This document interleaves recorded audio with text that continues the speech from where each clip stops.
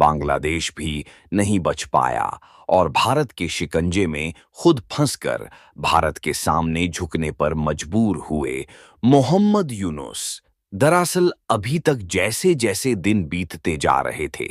वैसे वैसे बांग्लादेश की नई सरकार भारत के खिलाफ फैसला ले रही थी। यहां तक कि उनकी तरफ से भारत जैसे देश को धमकियां दी गईं, जिसके सामने बांग्लादेश कुछ भी नहीं है। लेकिन जब उनका देश कंगाली की हालत में पहुंच गया, तो उन्हें भारत की याद से याद आ रही है और उनके पास भारत के सामने झुकने के अलावा कोई और रास्ता नहीं रह गया है। जिसके कारण पहली बार ऐसा हुआ है जब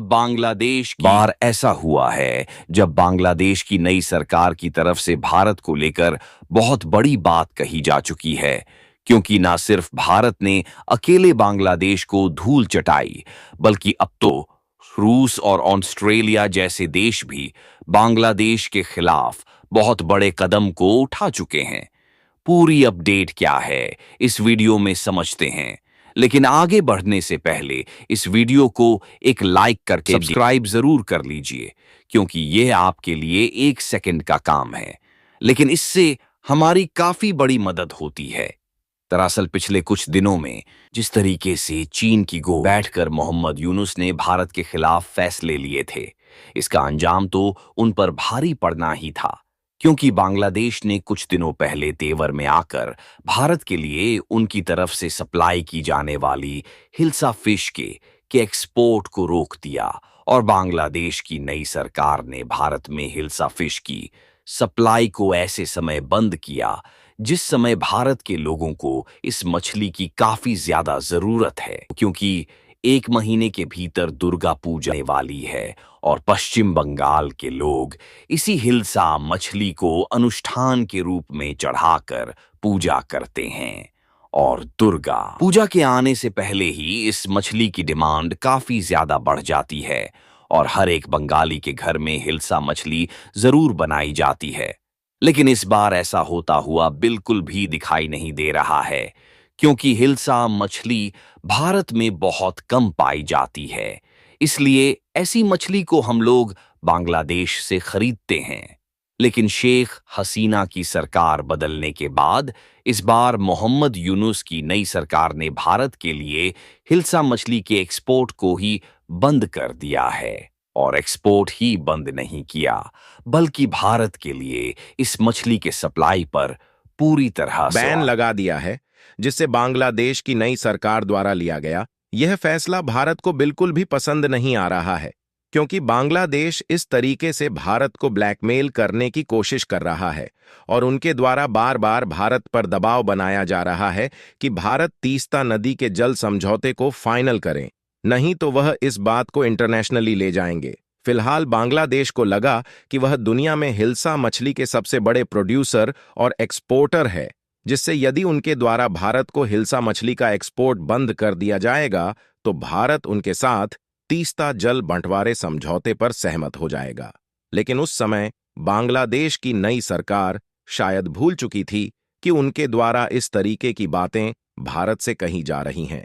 जिससे अगर भारत ने एक भी कदम बांग्लादेश के खिलाफ बढ़ा दिया तो उन्हें मिट्टी में मिलने से कोई भी नहीं रोक सकता। और इसी बीच जब अदानी ग्रुप को लगा कि बांग्लादेश भारत से अकड़ रहा है और भारत के लिए उनके द्वारा हिल्सा फिश का एक्सपोर्ट बंद कर दिया गया है, साथ ही भारत पर जबरदस्ती दबाव बनाया जा रहा है कि भारत उनके साथ तीस्ता नदी पर समझौता करें, तो अदानी ग्रुप भी एक्शन में आ गई और अदानी पावर की तरफ से सीधा बांग्लादेश को चेतावनी दे दिया गया है कि या तो आप हमारे $500 मिलियन बकाया पैसे को चुकाए नहीं तो हमारे द्वारा बिजली की सप्लाई काट दी जाएगी। और भारत की ऐसी बात सुनते ही बांग्लादेश को बहुत बड़ा झटका लगा। लेकिन जब हाल ही में रूस और ऑस्ट्रेलिया ने देखा कि एक तरफ तो हिंदुओं पर बांग्लादेश की तरफ से अभी भी अत्याचार किया जा रहा है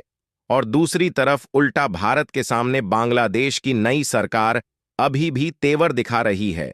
तो उनके द्वारा बांग्लादेश को इस तरीके से धूल चटाई गई है जिसे बांग्लादेश सदियों तक नहीं भूलने वाला। दरअसल हाल ही में रूस ने भारत की दोस्ती निभाते हुए बांग्लादेश से 63 करोड़ पैसे हैं कि वह इस कर्ज के ब्याज को चुका सके, और इतना ही नहीं बल्कि इसी बीच ऑस्ट्रेलिया की तरफ से बांग्लादेश को सीधी चेतावनी दी गई है कि वह हिंदुओं पर होने वाले अत्याचार को बंद कर दें।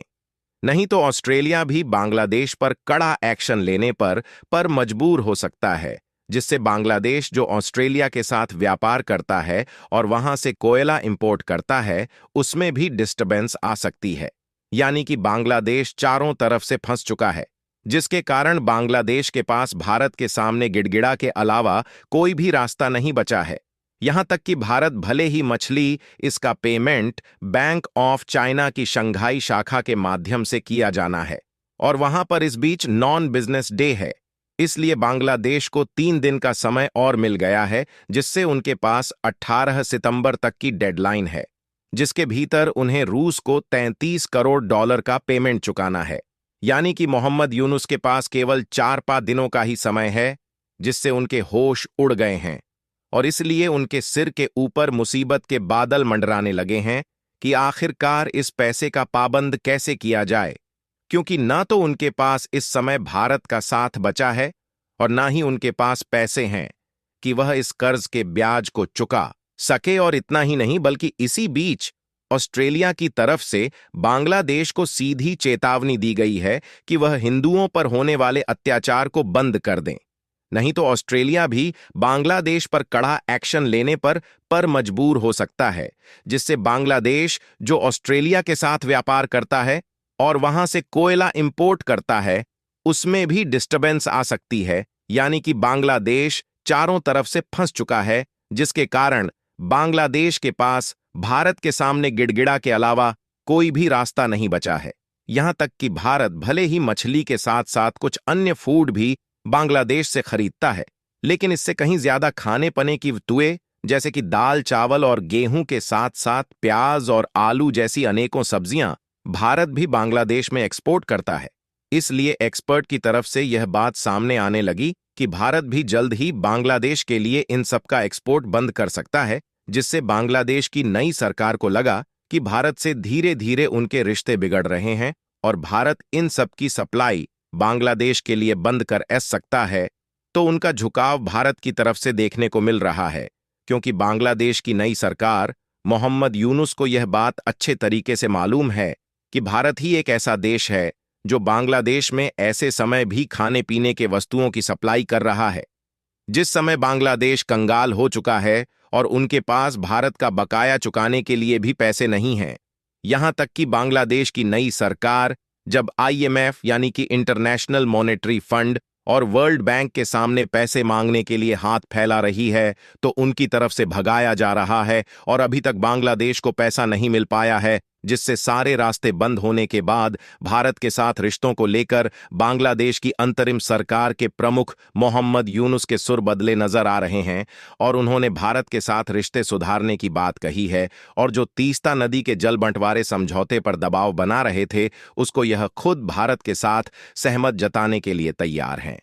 फिलहाल आपको क्या लगता है कि आगे चलकर बांग्लादेश के साथ क्या होने वाला है? अपनी राय कमेंट में जरूर बताएं। और हमने इस वीडियो में सही जानकारी लाने के लिए काफी ज्यादा रिसर्च किया है, उसके लिए वीडियो को एक लाइक करके अपने मित्रों तक शेयर जरूर करें। इसी तरह और भी नॉलेजेबल वीडियो देखने के लिए चैनल को सब्सक्राइब करके बेल आइकन को ऑन एल पर जरूर सेलेक्ट करें। जय श्री राम।